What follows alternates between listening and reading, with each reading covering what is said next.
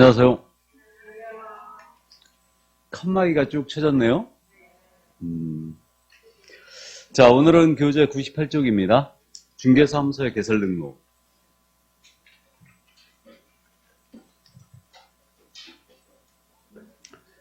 자, 첫 주에 자격증을 취득했고요. 이번 주에는 중개사무소를 여는 겁니다. 이게 등록이에요. 자, 법제 구조 1항이 실려 있거든요. 읽어드립니다. 중개업을 영위하려는 자는, 이거 밑줄이죠. 중개업을 영위하려는 자는 국토교통부령이 정하는 바에 따라 중개사무소, 법인에게는 주된 중개사무소를 말한다. 주된 중개사무소는 본점을 얘기합니다. 를 두려는 지역을 관할하는 시장, 구가 설치되지 아니한 시의 시장과 특별자치도 행정시의 시장을 말한다. 이와 같다. 군수 또는 구청장, 이하 등록관청이라 한다. 이게 중개사무소의 개설 등록을 해야 한다. 개설 등록을 해야 한다의 밑줄이에요. 자, 그래서 등록 파트로 들어가는데 중개업을 영위하려는 자는 이 법에 따른 개설 등록을 하래요. 그러면 중개업이 아니라면 등록할 필요가 없는 겁니다. 그래서 중개업 용어의 정의를 공부했는데 컨설팅이라든가 분양 대행만 목적으로 합니다. 이때는 등록할 필요가 있어요, 없어요? 없죠. 근데 부수적으로 만약에 중개업을 하잖아요. 컨설팅에 부수하여 중개업을 업으로 하고자 한다. 그럼 이때는 등록을 해야 되겠죠. 그래서 이제 이 정도 이해하시고, 그 중개업으로 오기까지 연역은 어떻게 됐으냐면 1961년도에 소개영업법이 있었다고 그랬어요. 이 소개영업법 시절에는 중개업 진입이 어떻게 됐었어요? 신고제로 운영됐죠. 신고제로. 그래서 이때 당시에 중개업 진입한 분들이 지금도 중개사분들이 었습니다. 그분들을 우리는 뭐라 부른다고요? 중개인. 그랬다가 1983년도 12월 말에 부동산 중개업법의 지정이 있었죠. 그럼 중개업법 지정 당시에는 이때는 허가제로 운영됐죠. 그래서 이렇게 허가제로 운영됐다가 이 중개업법 실차 개정이었어요. 1999년도 개정이었는데 이때 이 등록제로 전환을 시켰어요. 그래가지고 현재까지 유지가 되고 있는 겁니다. 그럼 이 등록이란 개념은 그겁니다.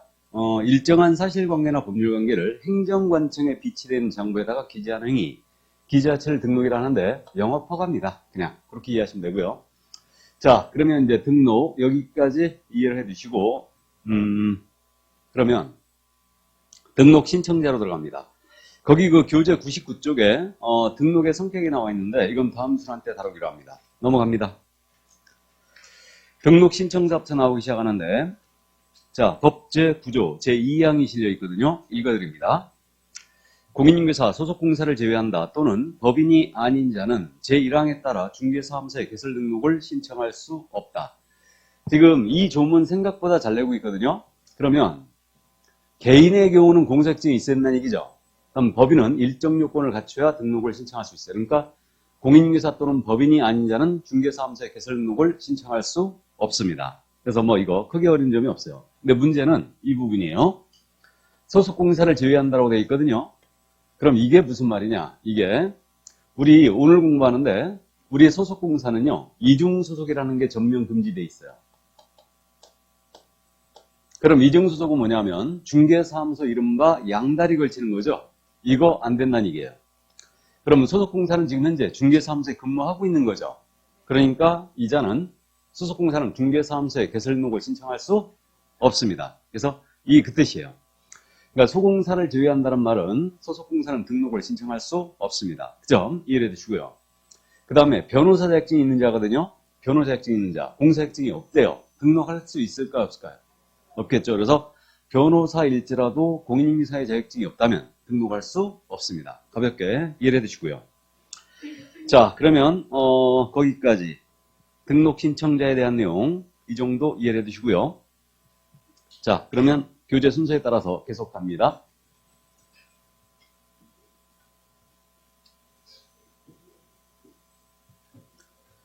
자, 그러면 이제 등록 기준서부터 지금 나오고 있는데 이 부분이 뭐냐면 이제 등록의 절차를 잠깐 나열해 볼게요. 그 시간적 순서에 따른 등록의 절차가 먼저 등록 기준을 확보합니다. 자격을 취득하고 교육받고 와요. 그 다음에 사무소 확보합니다. 그런 다음에 등록을 신청을 해요. 그럼 어디다 신청을 해야 되는가? 다음에 서류를 뭘 내야 되는가? 수수료를 내는가? 이런 문제가 있어요. 자, 그런 다음에 이제 등록 신청 들어갔잖아요. 그러면 검토를 하겠죠. 그래서 등록관청이 이에 대해서 검토하고 다 확인을 합니다. 그런 다음에 기준에 적합했잖아요. 그럼 등록을 통지해줘요. 이게 등록 처분이에요. 그래서 등록 통지를 해주고, 그런 다음에 등록 통지가 됐잖아요. 그러면 이때 등록 통지만 될 뿐 등록증을 교부하지 않아요. 그래서 기업공사의 손해배상 책임을 보장하는 조치, 이것이 보증입니다. 보증을 세워가지고 신고 들어가야 돼요. 그래서 보증 설정 신고를 하고 요 사항을 확인하고 이제서야 등록증을 교부를 해줘요. 이렇게. 자, 이제 등록증 나왔잖아요. 그럼 중개사무소에 고기신고서에 게시를 해놓고 중개 업무를 시작하면 되는데, 등록증, 업무를 개시하기 전까지 해야 될 일이 한 가지 더 있거든요. 우리 도장을 등록해야 됩니다. 그래서 이게 인장 등록이라고 불러요. 그래서 인장을 등록하고 업무를 개시하시면 됩니다. 자, 이런 순서로 오늘 공부하는데, 여기서 여러분들은 업무를 개시했지 않습니까? 그럼 20일 내에 세무서를 한번 다녀오셔야 되거든요. 세무서 왜 가겠습니까? 당연히 사업자 등록해야 되죠. 그래서 이제 이렇게 업무를 개시했으면 사업자 등록을 하셔야 됩니다. 그러니까 세무서 다녀오셔야 되는데, 요거는 우리 절차상 공부 안 해요. 이건 세법상의 문제이기 때문에 우리는 요 절차대로 이제 공부를 하는 겁니다. 그래서 먼저 첫 번째가 이제 등록 기준이거든요. 그래서 등록 기준이 등장을 하고 있는 겁니다. 그러면 공인중개사 또는 법인이 아닌 자는 등록을 신청할 수 없다고 그랬죠. 그래서 이제 등록을 할 수 있는 크게 나누면 개인과 법인으로 나눠볼 수 있는데, 요 개인의 등록 기준, 개인을 우리 민법 시간에 뭐라 불렀어요? 자연인. 그래서 자연인이라고 불렀습니다. 자, 그래서 개인의 등록 기준을 기억을 해 두시는데, 교재 101페이지로 넘어갑니다.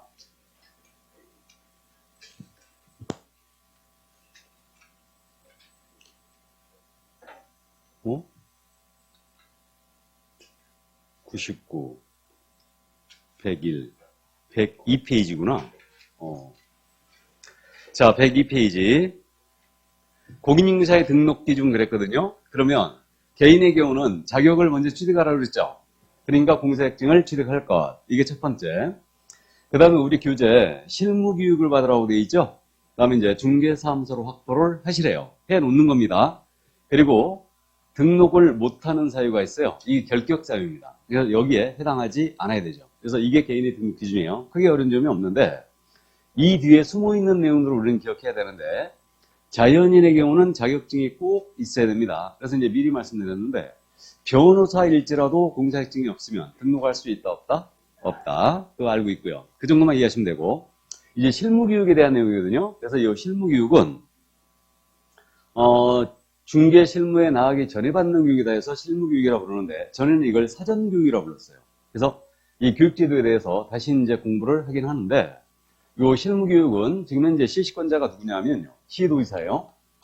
그래서 시도지사가 실시하는 실무교육을 이수하는데, 언제까지 이수해야 되냐면요.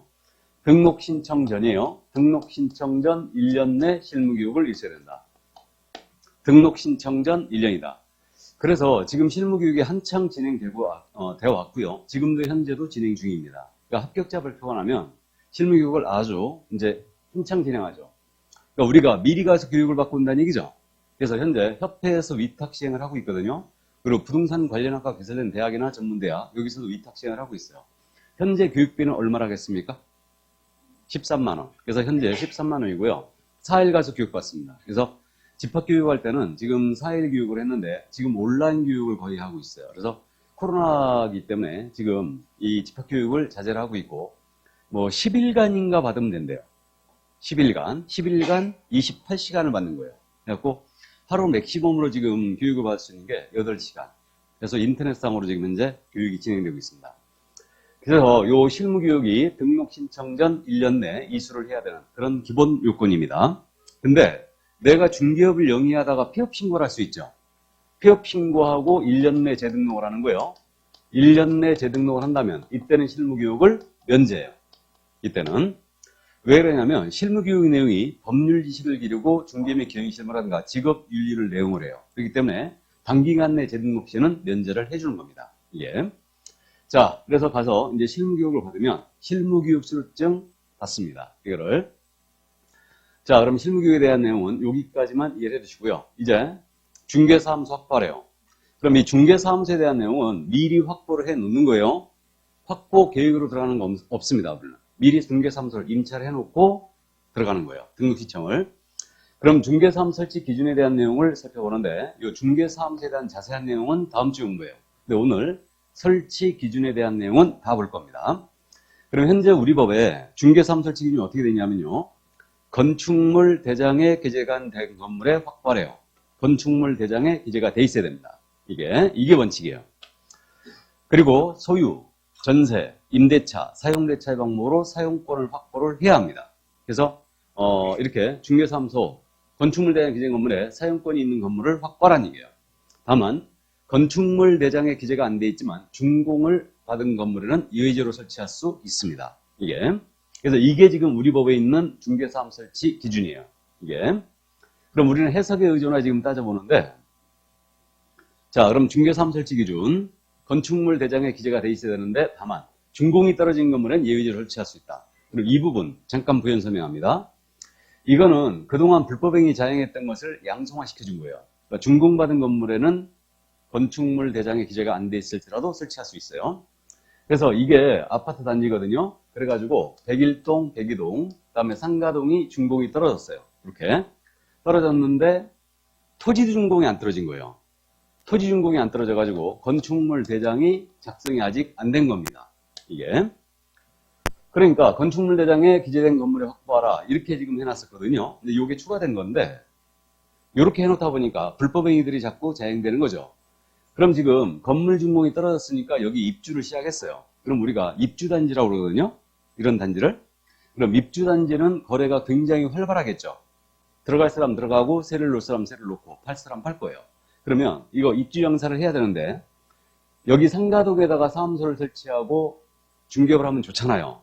근데 이게 건축물 대장이 작성이 안 돼 있으니까 여기는 설치를 못했던 거죠. 그래가지고 중개사무소는 여기 있는데 여기를 몰래 임차해요. 임차해가지고 간판도 안 걸고 하는 거예요.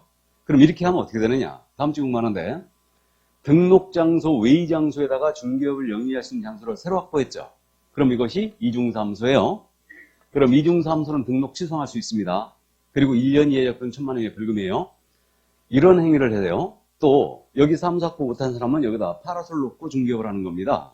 그러면 이렇게 하게 되면 어떻게 되느냐? 이게 이른바 따따방이죠. 그래서 천막, 그 밖에 이동 용이한 임시 중개 시설물을 설치한 거예요. 그러면 이것도 등록을 취소할 수 있고요. 1년 이하의 적금 1,000만 원의 벌금에 처합니다. 그러니까 이런 불법행위들이 자꾸 자행되더라 이거예요. 그래가지고 양성시켜 준 거죠. 해서 건물 준공은 떨어졌는데 어떤 사유로 인하여 건축물 대장 작성이 안 됐다라고 하더라도 여기는 예외적으로 설치할 수 있다는 얘기예요. 그래서 이때는 왜 대장 기재가 지연되는가 그 사유서를 이제 내게 돼 있습니다. 그래서 건물 임대차 계약서 더불어 준공이 떨어진 건물인데 대장 기재가 안 돼 있다. 그러면 왜 대장 기재가 지연되는지 그 사유서를 첨부하게 돼 있어요. 자, 그럼 그 정도 이해해 주시고 나머지 이제 해석에 의존한다고 그랬는데 그럼 건축물 대장에 기재가 돼 있어야 되니까 불법 건축물이나 무허 건축물이에요. 이거는 설치할 수 있다 없다? 없다라는 결론이 나오고 그 다음에 우리가 컨테이너와 같은 가설 건축물 본 적 있죠? 여러분들이 공법 시간에 건축법을 공부하면서 가설 건축물 공부하거든요. 그럼 가설 건축물 축조 신고가 된 거예요. 그럼 가설 건축물에는 설치할 수 있느냐? 임지가 있죠? 설치할 수 없습니다. 이거. 근데 우리가 그 지방 쪽에 가다 보면은 컨테이너 사무실들 있다고 그랬죠. 그래서 그 사무소는요, 아주 오래전에 설치가 됐거나 아니면 컨테이너지만 이게 건축물 대장에 기재가 된 건물일 가능성이 커요. 그래서 지금 현재는 건축물 대장에 기재가 안 돼 있으면 원칙적으로 설치할 수 없습니다. 그래서 가설 건축물 대장에 기재가 돼 있을지라도 여기 건물에는 설치할 수 없다. 이거 꼭 기억해 두셔야 돼요. 자, 그 다음에 이 기준을 봤을 때 면적을 제한하는 규정은 있는 것 같아요, 없는 것 같아요? 없죠? 그럼 적정 면적이면 됩니다. 이거. 근데 지난순환 들으신 분, 면적 이거 제한 규정은 없는데 적어도 전용 면적은 몇 평 정도 돼야 한다고 그랬습니까? 6평 이상은 돼야 된다고 그랬죠? 그래야 우리가 품위를 지킬 수 있다고 그랬어요. 6평 정도 돼야지 책상 2개 정도 놓고 테이블 하나 정도 놓고 그게 가능해요. 그렇기 때문에 너무 적어도 이제 면적이 조금 문제가 됩니다. 그래서 면적 제한 규정은 존재하잖아요. 그러니까 시험에서 물어보는 부분은 여기까지예요. 여기까지. 자, 그럼 나머지 내용을 좀만 더 가죠. 자, 임대차 계약을 누가 했냐면요. 이 건물에 대한 임대차 계약을 제 친구가 한 거예요. 친구가. 근데 이 친구가 사업을 하다가 여기서 사업을 하다가 이제 사업을 접게 됐습니다. 근데 임대차 계약 기간이 아직 남은 거예요. 그러니까 이제 나한테 그러는 겁니다. 내가 사무소를 연다고 그랬더니 그러면 임대차 계약 기간이 남았으니까 네가 여기다 사무소를 열어라 이런 거예요. 즉 임대차 계약이 타인 명의로 돼 있다는 얘기죠. 그럼 타인 명의로 임대차 계약이 체결된 건물에 내가 여기다 등록을 들어갈 수 있느냐 이 문제예요 지금. 이거 들어갈 수 있을 것 같아 없을 것 같아? 여기 기준을 봤을 때 반드시 본인 명의로 임차를 해야 된다 이런 기준 없죠. 그러니까 타인 명의의 임대차 계약이 체결된 건물 가능합니다. 내가 쓸 수 있음을 증명하면 되는 거예요. 그러면 결국은 서류를 낼 때 이 친구가 건물주와 임대차 계약을 했겠죠. 그럼 그 임대차 계약서 들어와야 되죠. 그리고 내가 쓸 수 있음을 증명해야 되니까 이 친구와 저 사이에 무슨 계약서가 하나 더 있어야 되죠. 이 계약을 뭐라 합니까? 전대차 아니면 사용대차 계약을 해야죠. 그러니까 임대차 계약서 들어와야 되고 내가 쓸 수 있음을 증명해야 되니까 사용대차나 전대차 계약서가 들어가면 됩니다. 이게 그래서 이론적으로 타인 명의로 임대차 계약이 체결된 건물에 설치할 수 있습니다. 여기. 근데 실무적으로 이렇게 하느냐? 절대 이렇게 안 합니다. 실무적으로 어떻게 하냐면 우리 개업공사 사업자 등록해야 된다고 그랬죠. 사업자 등록을 하기 때문에 이른바 이렇게 이제 서류 내면 되는데 사업자 등록 때문에 저하고 건물주 사이에 직접 이른바 들어봤나요? 가라 계약서라고? 가짜 계약서죠? 이거 하나 더 쓰는 거예요. 이걸 써가지고 직접 들어갑니다. 그냥 내가 직접 임차한 걸로 해가지고 그렇게. 그래서 이렇게 실무적으로 움직이지 않아요. 그러니까 일단 타인 명의로 이제 가능하다. 이거 가능하시고 이해해 주시고 그 다음에 이제 우리 일순환 하신 분은 이거 들어봤는데 우리 기업공사는 업무의 효율적 수행을 위하여 사무소 공동 사용이 되죠. 그러니까 한 중개사무소에 A 계공과 B 계공이 같이 쓰여 있죠. 그러면 다른 계공이 이미 사용 중인 건물이에요. 다른 계공이 이미 사용 중인 건물. 여기다 개설 등록할 수 있다 없다? 개설 등록할 수 있습니다. 그래서 기업공사는 업무의 효율적 수행을 위하여 사무소 공동 사용이 되기 때문에 이미 사용 중인 건물에도 내가 등록 들어가는 거 상관이 없습니다. 그럼 여기 내가 등록을 해버리면 공동사무소가 되는 거죠. 단 이자가 업무정지 기간 중에는 안 됩니다. 그래서 요건 이제 다음 주에 공부를 해요. 그래서 다른 계공이 이미 사용 중인 건물에도 등록 시차하는 거 가능하다. 이론적으로 여기까지. 나머지 내용은 여러분들이 이제 공법을 더 나가지 않습니까? 나가면 그때 저도 이제 더 나가겠습니다. 그래서 일단 여기까지. 사무소학부 기준은 여기까지예요. 자, 그 다음에 이제 결격사유는 오늘 자세히 들여다보니까 그때 같이 보기로 하고요. 개인의 등록 기준 여기까지였습니다. 문제는 법인이에요. 법인의 등록 기준입니다. 자, 그럼 이제 법인의 등록 기준은 교재, 오늘서부터 제가 지금 교재 페이지 수 표시했죠? 참고하시고, 그래서 페이지 수 표시했으니까 이제 그렇게 보시기 바랍니다. 문제는 법인의 등록 기준인데 법인도 큰 틀에 있어서는 개인과 똑같아요. 근데 법인이기 때문에 갖춰야 될 기본 요건이 있거든요. 자, 그래서 법인이기 때문에 갖춰야 될 기본 요건. 어쩐지 이게 이상하다 했네요. 자, 그럼 법인은 지금 104쪽입니다. 어떤 기준하에 등록할 수 있느냐? 자, 개인의 자격 취득에 해당하는 부분으로 해석되는데 법인은 기본적으로 갖춰야 될 요건이 요거예요. 그래서 법인으로 등록을 신청한다. 그러면 법인은 우리 법이 할 수 있는 업무를 14조에서 딱 정해줬어요. 그러니까 법제 14조에서 정한 업무. 이걸 법정 업무라고 그래요. 그래서 법정 업무만을 영위할 목적으로 일단 설립이 돼야 됩니다. 그리고 자본금이라는 게 있어요. 법인은 자본금 무조건 5천만 원 이상이 되고 조직은 상법상 회사의 형태를 갖추거나 협동조합 기본법이 있거든요. 이 법에 따른 협동조합의 형태를 갖춰주면 됩니다. 그래서 상법상 회사이거나 협동조합일 것. 다만 사회적 협동조합은 제외예요. 사회적 협동조합은 등록할 수 없습니다. 그리고 이제 임원에 대한 요건인데 법인의 대표자는 공인인계사야 됩니다. 공인인계사야 되고 이 대표자를 제외해요. 제외한 임원 또는 사원인자의 3분의 1이에요. 3분의 1 이상은 공인인계사여야 됩니다. 그래서 법인이 갖춰야 될 기본 요건이 이거예요. 이거고 우리는 이 뒤에 숨어있는 내용을 그럼 이해하고 있어야 돼요. 그럼 첫 번째가 법정 업무만을 영위할 목적으로 설립이 돼야 된다고 했죠. 자, 그럼 법인이 할 수 있는 업무가 딱 정해져 있는데 이 자세한 내용은 다음 주에 공부합니다. 자, 그럼 법인의 등록 기준에서 첫 번째, 법인의 업무.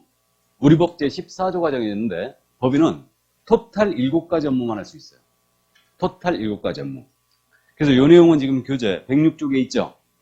106쪽에. 그러면 이 자세한 내용은 다음 주에 공부하니까 오늘은 나열만 하고 갑니다. 그럼 법인이 등록을 들어가기 위해서는 중개업 외에 6가지 업무만 더 들어가 있으면 돼요. 6가지 업무만. 그럼 법인은 주택 상업용 건축물에 대한 임대차 관리 등 부동산 관리 대행할 수 있어요. 그 다음에 부동산에 대한 이용, 개발, 거래에 관한 상담할 수 있습니다. 이걸 다른 말로 뭐라고 한다? 컨설팅. 이게 부동산 컨설팅이에요. 이거 할 수 있고요. 그 다음에 개업 공인인사를 대상으로 합니다. 개업 공인인사를 대상으로 한 중개업의 경영기법 및 경영정보 제공할 수 있어요. 이게 중개업 프랜차이즈예요. 프랜차이즈고, 그 다음에 주택 및 상업용 건축물에 대한 분양 대행을 할 수 있습니다. 대신 분양해 줄 수 있고, 법인도 경공매 업무할 수 있어요. 그 다음 마지막으로 주거 이전에 불세는 용역. 주거 이전에 불세는 용역이 대표적으로 뭐가 있어요? 이사업체나 도배업체가 있죠. 그래서 이사업체나 도배업체가 있는데 이것을 소개하는 것까지만 돼요. 직접 운영하는 건 안 됩니다. 그럼 법인의 겸업이 바로 이거예요. 그래서 중개업 외에 나머지 6가지 업무를 겸업이라고 그러고 이 6가지 업무를 법인은 꼭 해야 되는 건 아니에요. 꼭 해야 되는 건 아닙니다. 그래서 중개업은 필수 목적 사업으로 사업 목적에 들어가 있어야 되고 그 다음에 이 6가지 업무는 꼭 들어가도 되고 안 들어가도 되고. 자, 그런데 법인은 법정 업무만 영위할 목적으로 설립돼야 된다고 했죠. 그러면 등록 신청 들어온 법인이 만약에 목적 사업에 부동산 개발업이 들어가 있는 거예요. 그럼 부동산 개발업은 여기 7가지 없죠 지금. 그러면 등록을 수리한다 안 한다? 안 한다. 이 얘기예요. 그러면 등록 신청 들어온 법인이 덜렁 중개업만 들어가 있는 거예요. 목적 사업에. 6가지 한 가지도 없습니다. 등록 수리한다 안 한다? 등록 수리한다. 맞죠? 6가지 꼭 해야 되는 것은 아니죠. 아니고 그러나 이 7가지 외의 것이 들어가 있으면 등록을 수리하지 않는다는 얘기예요. 그러면 이제 가볍게 여기서 연습을 하고 갑니다. 문제를 이렇게 낸 거예요. 다음 법인의 등록 기준이다. 옳은 것 틀린 것 골라라 이런 거예요. 그래갖고 1번 지문에 중개업만을 영위할 목적으로 설립되어야 한다라고 낸 거예요. OX, X. 중개업 외에 6가지 업무 더 할 수 있죠. 자, 근데 문제를 이번에 이렇게 냈어요. 등록, 중개사무소의 개설 등록에 대한 설명이다. 옳은 것, 틀린 것 골라라. 이렇게 냈어요, 문제를. 그래가지고, 중개업만을 영위할 목적으로 설립된 법인은 중개사무소의 개설 등록을 할 수 있다라고 낸 거예요. OX, O. 이 둘의 차이가 이해되세요? 그러니까 등록 기준을 물을 때 정통을 묻는 거죠. 법인의 등록 기준이다. 옳은 것, 틀린 것 골라 이렇게 내면서 중개업만을 영위할 목적으로 설립되어야 한다는 틀렸죠. 근데 중개업만을 영위할 목적으로 설립된 법인은 등록을 할 수 있다라고 하면 맞았죠. 이해되십니까? 그러니까 이걸 장난이라 생각하지 마시고 정확하게 이해하고 있느냐로 이제 묻고 있는 겁니다. 그래서 여기까지 이제 이해를 해두셔야 돼. 자, 그러면 이제 요 7가지 업무는 이제 여기까지 하고요. 그럼 법정 업무만을 영위하는 목적으로 일단 설립돼야 된다. 다음에 자본금은 5천만 원 이상 해야 된다고 그랬죠. 그럼 법인 설립할 때 초기 투하 자본이 들어가잖아요. 이걸 자본금으로 이해하는 거예요. 그래서 자본금은 무조건 5천만 원 이상이 됩니다. 이게. 그러면 자본금이 5천만 원 미만이다. 그럼 이때는 등록을 수리하지 않아요. 그 법인을 설립하면요. 법인 등기부가 생기거든요. 그럼 법인 등기상 증명서 맨 위를 보면 납입 자본금란이 있어요. 거기에 무조건 5천만 원 이상의 납입이 돼 있어야 됩니다. 그래야 이제 등록이 가능하고요. 자, 그다음 조직은 상법상 회사이거나 협동조합이 된다고 그랬죠. 자, 그럼 상법상 회사를 따져봅니다. 이 상법상 회사에 대한 사항은 이제 105쪽에 있네요. 그럼 우리 상법의 규정을 봤더니 상법상 회사는 5가지가 있어요. 잘 아시는 주식회사, 그 다음에 유한회사가 있고요. 유한책임회사가 있고 합자회사가 있고 한명회사가 있어요. 그래서 상법상 회사의 중 5가지가 이겁니다. 그럼 회사 제도에 대한 깊이 있는 이해는 필요가 없어요.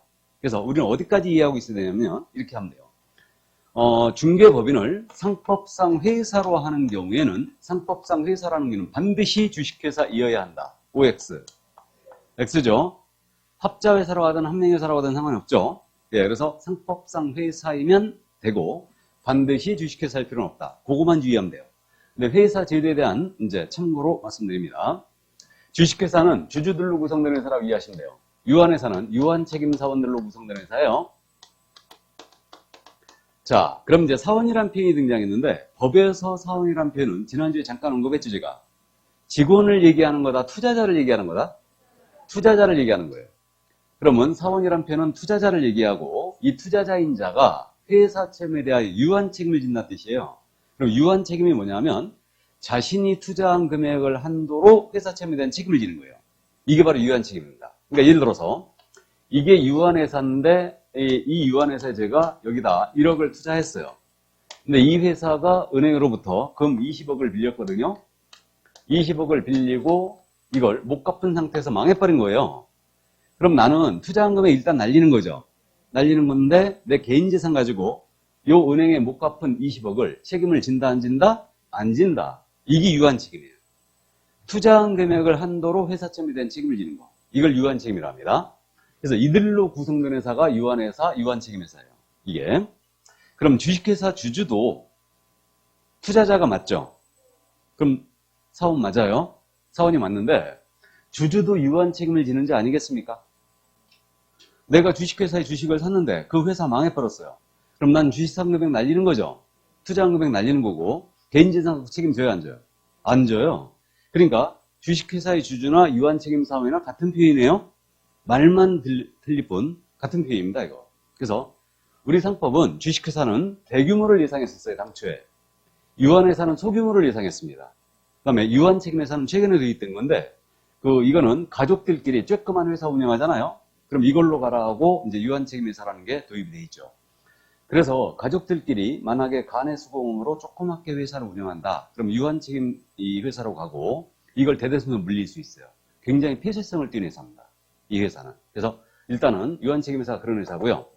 그 다음에 여기 한명회사 있죠. 한명회사는 또 거꾸로 무한책임사원들로 구성된 회사예요. 그러면 무한책임사원은 사원이라는 투자자고 투자자인 자가 개인 재산 가지고 끝까지 회사 채무에 대한 책임을 지는 거죠. 이들로만 구성된 회사가 바로 한명회사예요. 그래서 이 한명회사는 실무적으로 저는 본 적이 없어요. 본 적이 없는데 그 농기회사라든가 수산업회사 같은 데 있죠. 이런 데들은 농민이나 어민을 위해서 반드시 있어야 되는 회사들인데 이런 회사들이 영세성을 면치 못하고 있습니다. 그래서 정부에서 지원금을 줘요. 지원을 하고 있기 때문에 아예 법에서 지원금을 주기 위해서 한명회사로 가라 하는 경우들이 있습니다. 그래서 한명회사가 분명히 있긴 있어요. 그럼 합자회사는 뭐냐? 합자회사는 말 그대로 합작이 된 회사예요. 누가 합작된 거냐면 유한책임사원과 무한책임사원이 합작된 회사다. 그렇게 이해하시면 돼요. 이게. 자, 그래서 상법상 회사 5가지가 바로 이거였고요. 이게. 그 다음에 이제 협동조합 규범법에 따른 협동조합으로 가야 된다고 했죠. 그럼 이 협동조합은 뭐냐면 우리가 주변에서 지금 신용협동조합, 노협동조합, 축산협동조합 보죠. 그런 협동조합들이 아니에요. 그런 협동조합은 특별법에 의해 설립된 법인들이에요. 근데 이 협동조합은 협동조합 기본법이 있거든요. 그 법에 따라 설립된 협동조합을 얘기합니다. 그래서 중개협동조합 탄생을 예고를 한 겁니다, 지금. 이거. 그럼 법인으로 갈 때 협동조합 형태로 가도 되는데 이 협동조합은 협동조합 기본법에 따르면 조합은 5명 확보하면 돼요. 그래서 조합은 5명 확보해가지고 시도지사한테 신고합니다. 그리고 이제 설립 등기함으로써 이제 성립이 되고 있는데 그래서 조합은 5명 확보해가지고 협동조합으로 법인을 설립해도 된다는 얘기죠. 이게. 단 협동조합 중에요. 사회협동조합은 제외한다고 그랬죠. 그러면 사회협동조합이 뭐냐? 문제가 있죠. 그럼 이 사회협동조합은 개념은 그거예요. 협동조합 중에서 그 지역 주민들의 복리 증진 또는 취약계층, 그러니까 소외계층에 대한 일자리 마련 또는 서비스를 제공하기 위한 그러한 영리를 목적으로 하지 않은 협동조합을 얘기합니다. 그래서 이 사회협동조합이 굳이 예를 들면 그런 거예요. 이 마을이 만약에 사과 주산지다. 그러면 TV에서 그런 거 본 적 있죠. 마을 주민들이 공동으로 사과를 생산하고 공동 브랜드를 쓰고 공동 판매를 하고. 보신 적 있죠? 그런 것들이 일종의 사회협동조합이에요. 도시지역 쪽에서는 의사들이 모여가지고 의료협동조합을 만들고 있거든요. 그러니까 이제 내과, 소아과, 뭐 비뇨기과 이렇게 해가지고 모여가지고 의사들이 협동조합을 만들고 있는데 이게 의료협동조합이에요. 이것도 사회협동조합입니다. 그러니까 기본적으로 사회협동조합은 등록이 안 되는 게 이거 영리를 목적으로 하지 않는 비영리법인이죠 지금.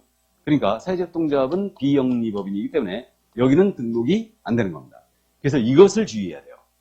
사회협동조합은 등록할 수 없다. 그러면 예를 들어서 이렇게 낸 거예요.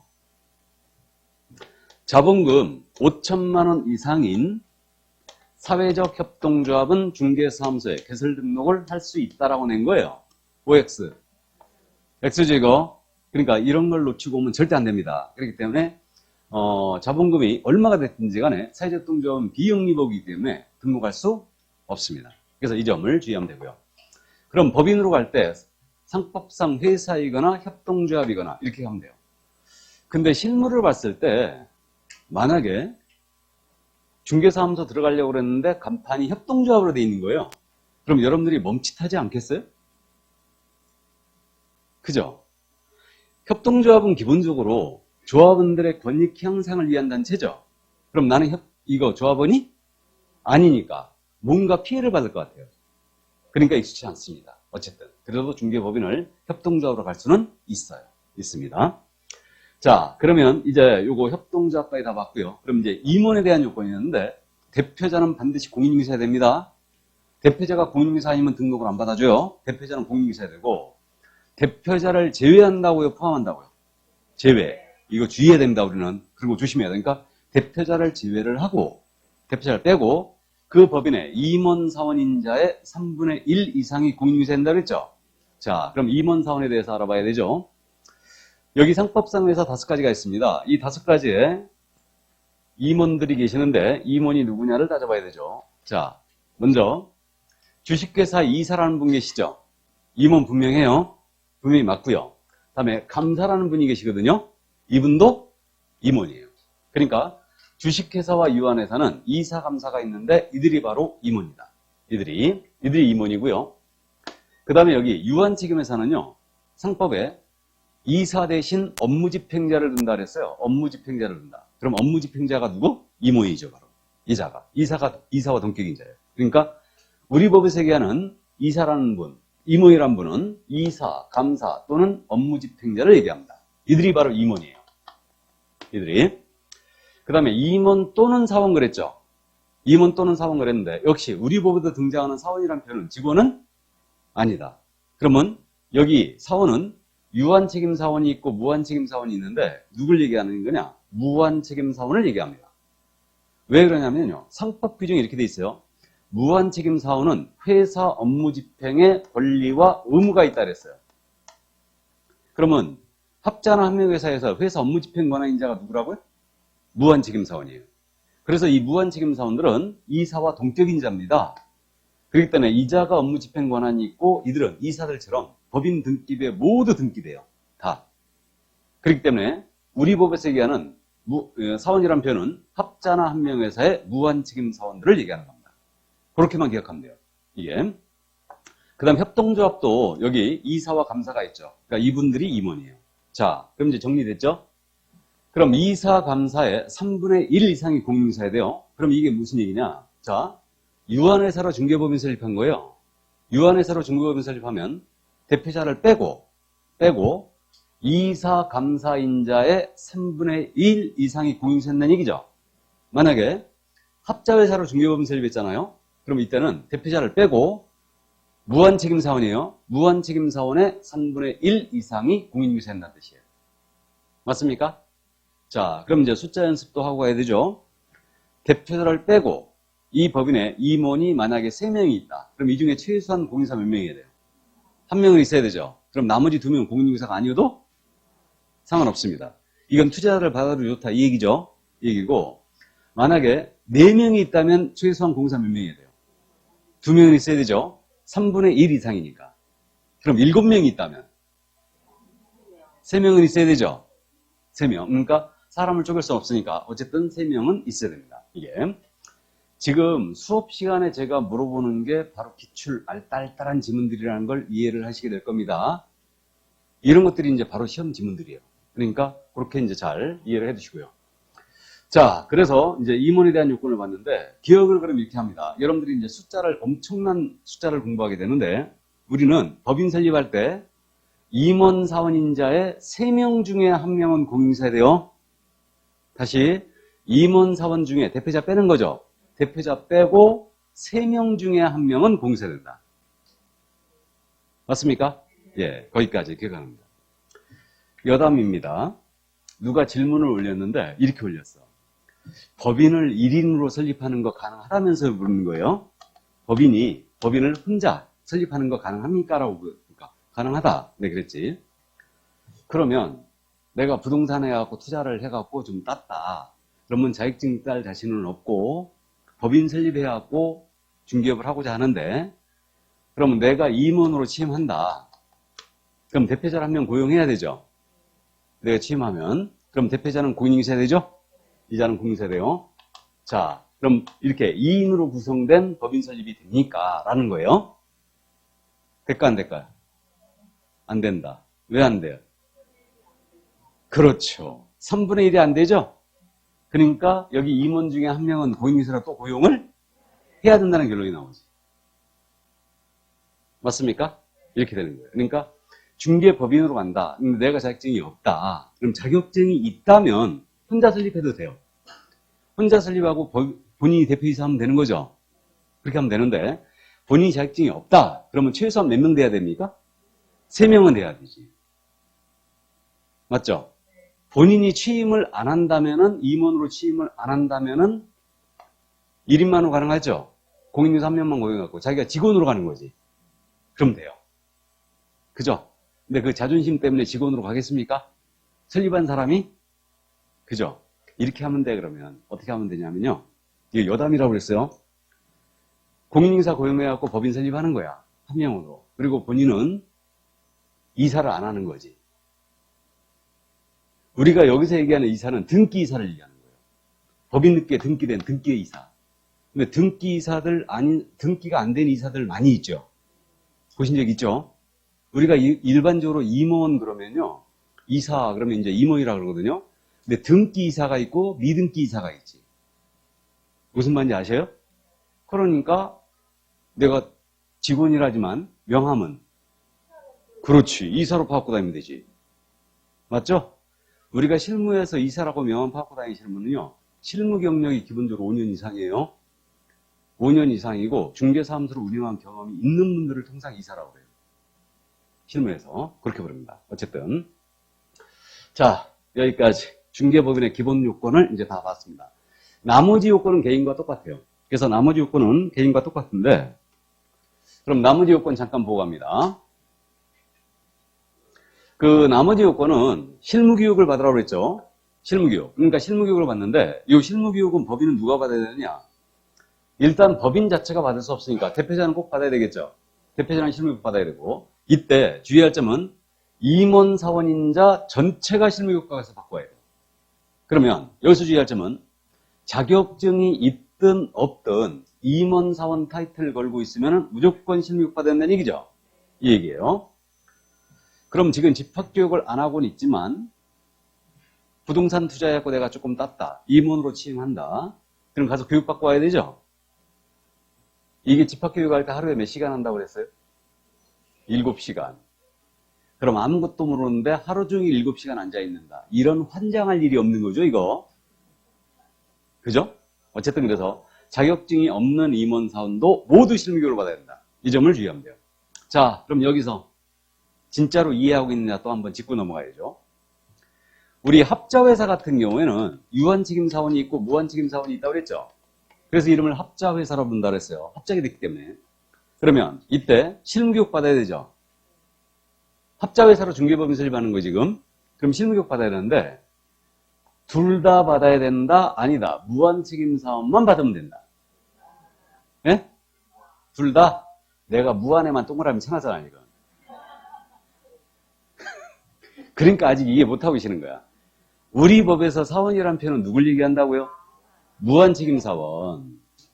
이자가 업무집행관하에 있다고 그랬죠? 그러니까 이자가 사원이지 유한책임사원 아니에요. 그러니까 합자회사로 설립한다면 무한책임사원의 3분의 1 이상이 공인이셔야 되고 이들은 모두 가서 교육받고 와야 돼요. 유한책임사원은 해당 사항 없습니다. 이해하셨죠? 자, 그 정도 이해하시고. 자, 그 다음에 이제 중개사무소 건축물 대장에 기재된 건물 확보해 놓으셔야 돼요. 확보하고 등록 신청을 하는 겁니다. 다음에 결격에 해당하지 않아야 되는데 법인 자체도 결격에 해당이 안 돼 있어야 되고요. 임원사원 중에 단 1인이라도 결격자가 있죠? 그럼 이 법인이 결격이에요. 그러니까 등록을 안 받아요. 그러니까 임원사원 전체가 결격에 해당이 안 돼 있어야 됩니다. 됐습니까? 자, 그럼 이제 여기서 한 가지만 더 짚고 넘어갑니다. 법인의 등록 기준 다 봤는데 법인으로 중개법인을 설립하기 위해서는 법인으로 등록을 하기 위해서는 그 임원인자의 3분의 1 이상은 등록 신청 전 1년 내 실시되는 실무교육을 이수해야 한다라고 낸 거예요. OX. 법인으로 등록을 하기 위해서는 그 임원인자의 3분의 1 이상은 실무교육을 이수해야 한다라고 낸 거예요. X. 틀렸죠? 이거를 공인중개사 요건하고 헷갈리면 안 돼요. 공인중개사인자가 3분의 1 이상이라고 그랬지. 실무교육을 3분의 1 이상 받으면 되는 거 아니죠? 전체 다 받아야 돼요. 실무교육. 이해되십니까? 자, 그래서 여기까지. 이게 바로 법인의 등록 기준이었어요. 등록 기준 이거 엄청 잘 내거든요. 문제를 내면 법인을 낼 것 같아요? 개인을 낼 것 같아요? 당연히 법인입니다. 그래서 꼭 이제 반복 숙지하고요. 이거는 쉽게 여러분들이 다 맞춰버려요. 다 맞춥니다. 이거 틀리고 오시는 분은 그 회차와 인연이 없는 거예요. 제가 얘기했죠. 인연이 있어야 된다고. 시험이라는 그 회차와 인연이 있어야 돼요. 인연이 있어야 됩니다. 그러고 보니까 인연이하고도 미팅을 한 적이 있네. 그때 성신여대였던 것 같은데. 자, 그래서 법인의 등록 기준 다 봤고 이제 넘어갑니다. 넘어가서 이제 기준을 갖췄으므로 그 다음 절차가 등록을 신청해야 되겠죠. 그래서 이제 그 다음 절차가 등록을 이제 신청하는 겁니다. 교재 지금 108쪽으로 가는 거예요. 108쪽 가기 전에 특수법인 보고 가야 되네. 거기 우리 그 107쪽에 넓혀보기 있죠. 넓혀보기. 요거 보고 갑니다. 특수법인. 그 특수법인 이게 뭐냐면요. 지난주에 용어의 정의라고 잠깐 언급했는데 우리 법인인 개혁공사는 종별이 두 가지가 있다고 그랬죠. 법인인 개혁공사는 하나는 순수 중개법인이 있다고 그랬어요. 그러니까 순수 중개법인은 우리가 방금 전에 한 법인의 등록 기준을 그대로 맞춰 등록한 법인이에요. 이게 순수 중개법인이고 또 하나가 우리가 강학상 쓰는 특수법이라는 게 있거든요.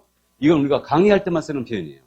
우리 현재 공사법에는 이게 특수법이 뭐라고 되어 있냐면 다른 법률에 따라 중개업을 할 수 있는 법인 이렇게 돼 있어요. 그래서 이게 길기 때문에 특수법이란 말로 이제 줄여서 쓰는 겁니다.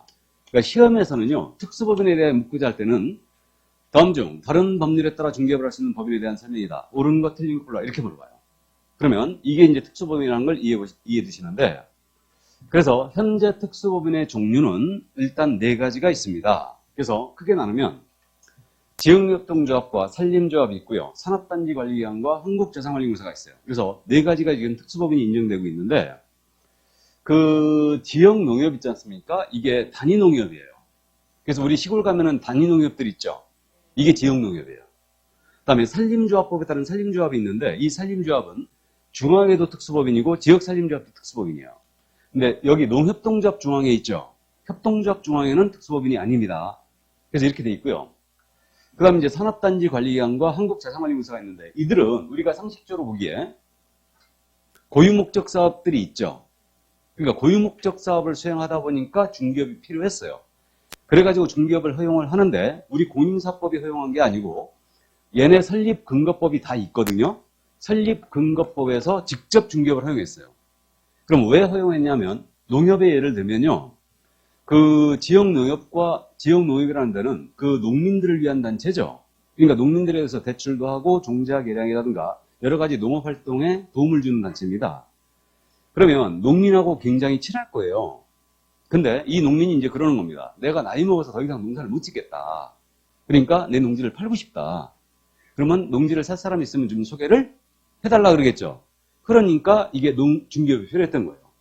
해가지고 농협동조합에서 허용을 하게 되는데 그 업무의 내용이 중개업의 내용이 어떻게 되냐면 지역농협은 농지에 대한 매매교환 임대차만 중개할 수 있어요.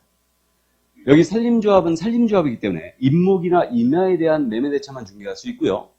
그 다음에 산업단지 관리관은 산업단지를 관리하고 있기 때문에 산업단지 내에 소지하는 공장용지라든가 공장물증을 중개할 수 있고, 여기 한국자산관리공사는 공매라는 걸 주로 많이 하고 있거든요. 비업무용 부동산 공매. 이게 공개매각이 준말인데 비업무용 부동산에 대한 중개를 할 수 있죠.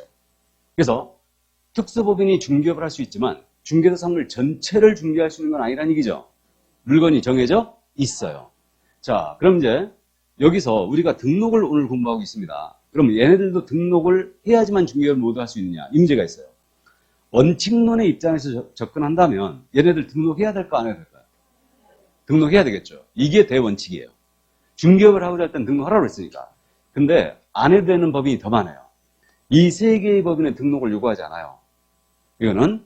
그런데 한국자산관리공사 있죠? 얘는 등록을 해야 됩니다.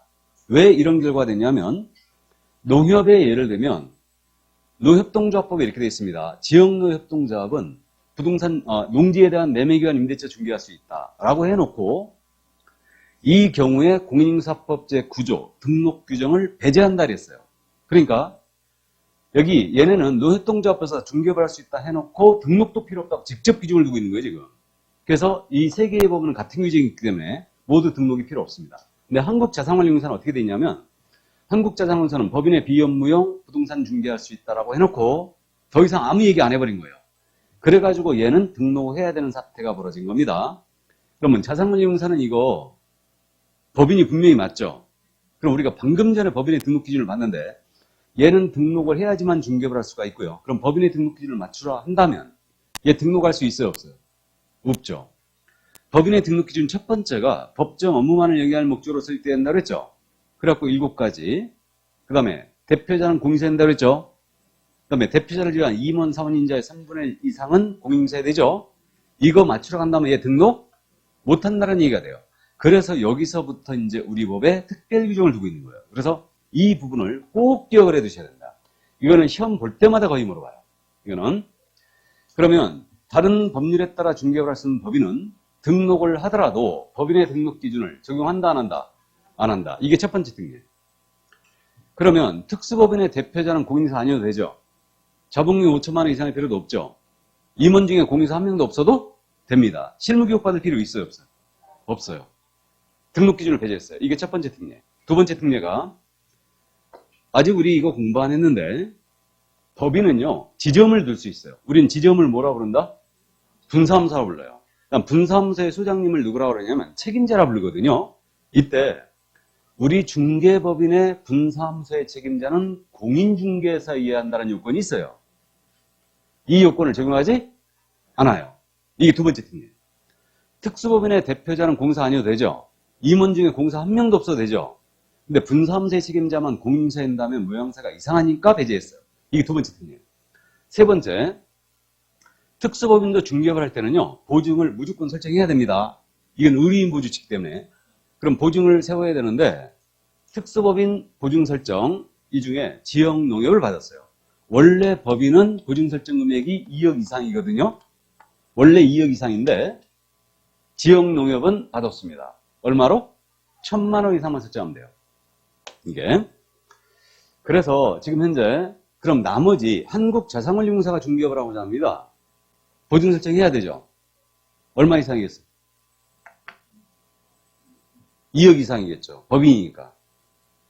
맞죠? 근데 지역농협만 받았어요. 지역농협만. 왜 봐줬는지 저도 몰라요. 지난 12월 31일 날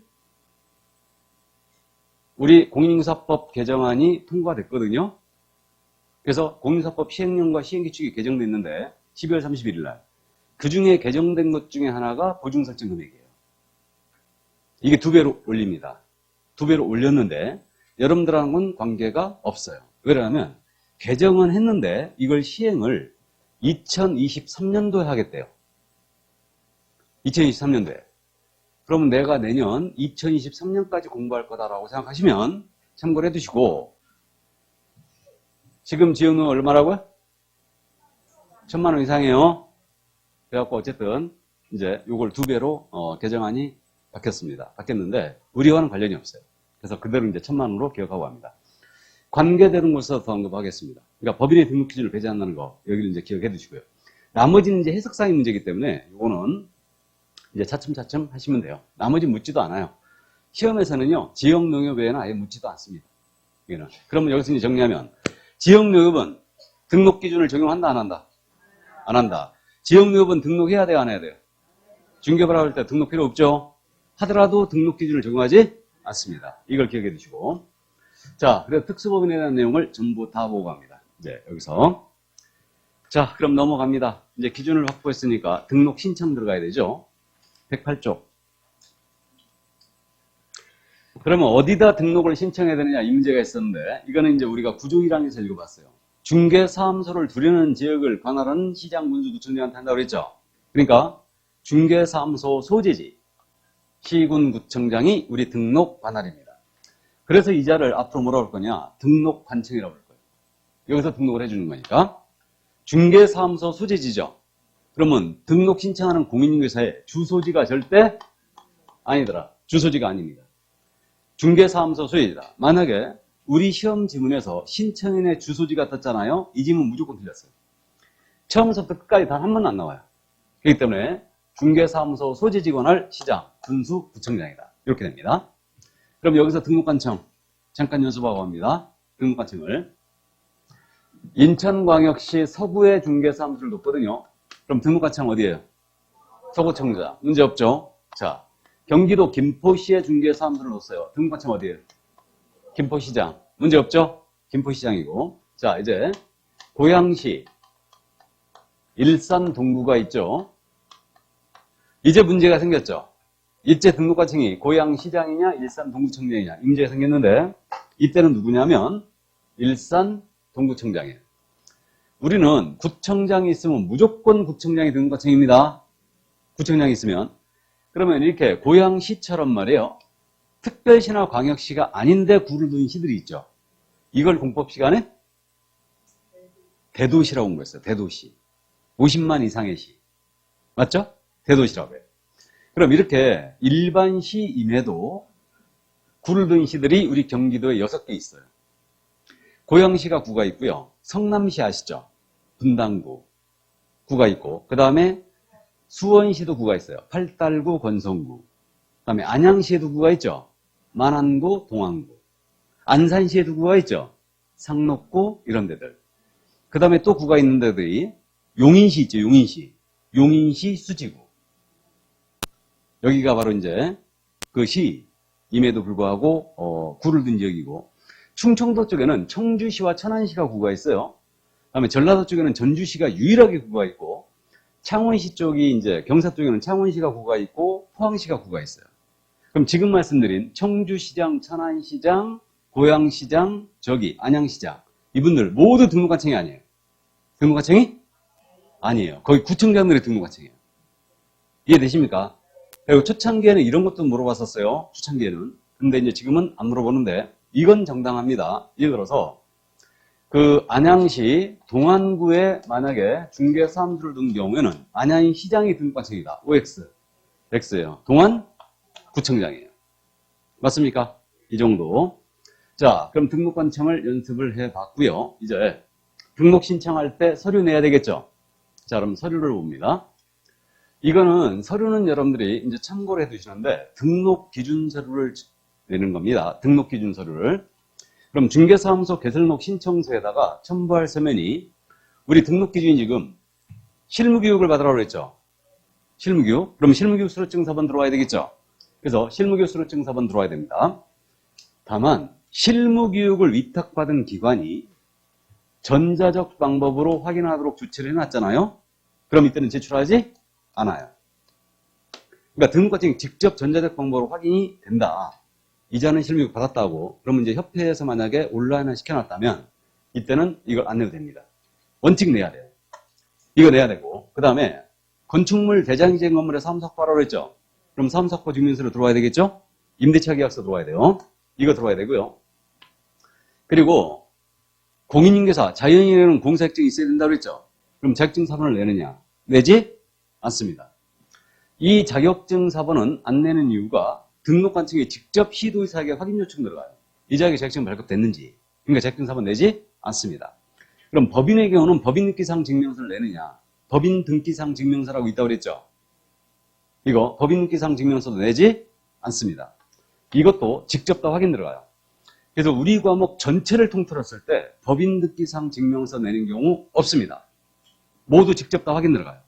전자정부법에 의해서. 그래서 자격증 사본 안 낸다는 거, 법인 등기상 증명서 안 낸다는 거 주의를 해주시고요. 그다음에 이제 건축물 대장 자체도 내지 않아요. 건축물 대장은 지들이 갖고 있거든. 그러니까 이것도 직접 확인하기 때문에 내지 않습니다. 그럼 마지막에 결격에 해당하지 않아야 된다고 그랬죠? 그러면 결격에 해당하지 않아야 된다. 이 서류를 결격 미해당 서류, 증명서류를 내느냐. 이 서류. 이 서류는 내국인의 경우는 내지 않아요.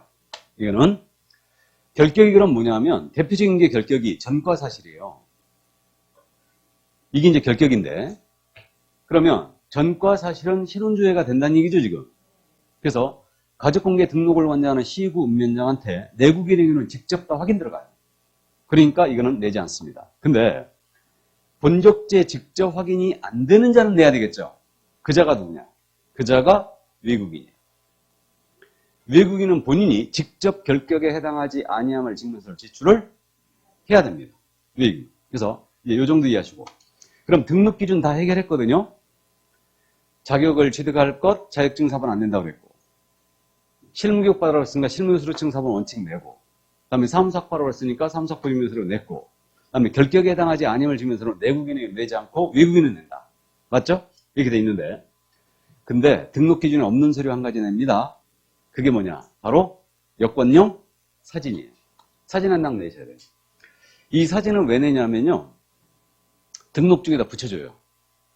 우리 등록증 받으면요. 거기 그 사진 붙인 난이 있거든요. 그러니까 거기다 붙여주기 때문에 3.5 사이즈, 3.5, 4.5 사이즈 요거 사진 한 장 내셔야 합니다. 여러분들이 사진 가장 먼저 낼 때가 언제라고 그랬어요? 응시원서 낼 때. 맞죠? 그 응시원서 낼 때 내는 사진 이쁘게 찍어낸다고 그랬죠? 이쁘게 찍어내야 돼요. 왜 그렇다고요? 그게 자격증에 붙어 나오니까. 응시원서 내실 때 사진이 자격증에 붙어 나와요. 그러니까 그 사진 이쁘게 찍어내야 된다. 그 다음에 여기 등록 신청할 때도 사진 내야 되죠? 맞잖아요? 내야 되고. 그 다음에 실무교육 받으러 갈 때도요. 사진 한 장 갖고 가셔야 될걸요? 실무교육 받으러 갈 때도. 그럼 사진은 미리 찍어두는 게 좋겠죠? 주름살 깊어지기 전에 미리 찍어두시는 게 좋습니다. 자, 그 다음 이제 등록 신청할 때 수수료 내게 돼 있어요. 수수료. 그래서 우리 인천은 지금 현재 27,000원이에요. 그래서 지금 수수료가 등록 신청 수수료, 지방자치단체 조례가 정하는 바에 따른 수수료를 납부하게 되는데 27,000원입니다. 등록 면회세가 9,000원? 그렇게 되고, 그러니까 등록 신청 수수료는 27,000원이에요. 예. 자, 그래서 이제 등록 신청까지 다 본 겁니다. 그러면 이제 그 다음이 교재가 등록 통지가 나오고 있죠? 요거는 커피 한 잔 먹고 갈까요? 예, 잠깐 쉬었다 하겠습니다.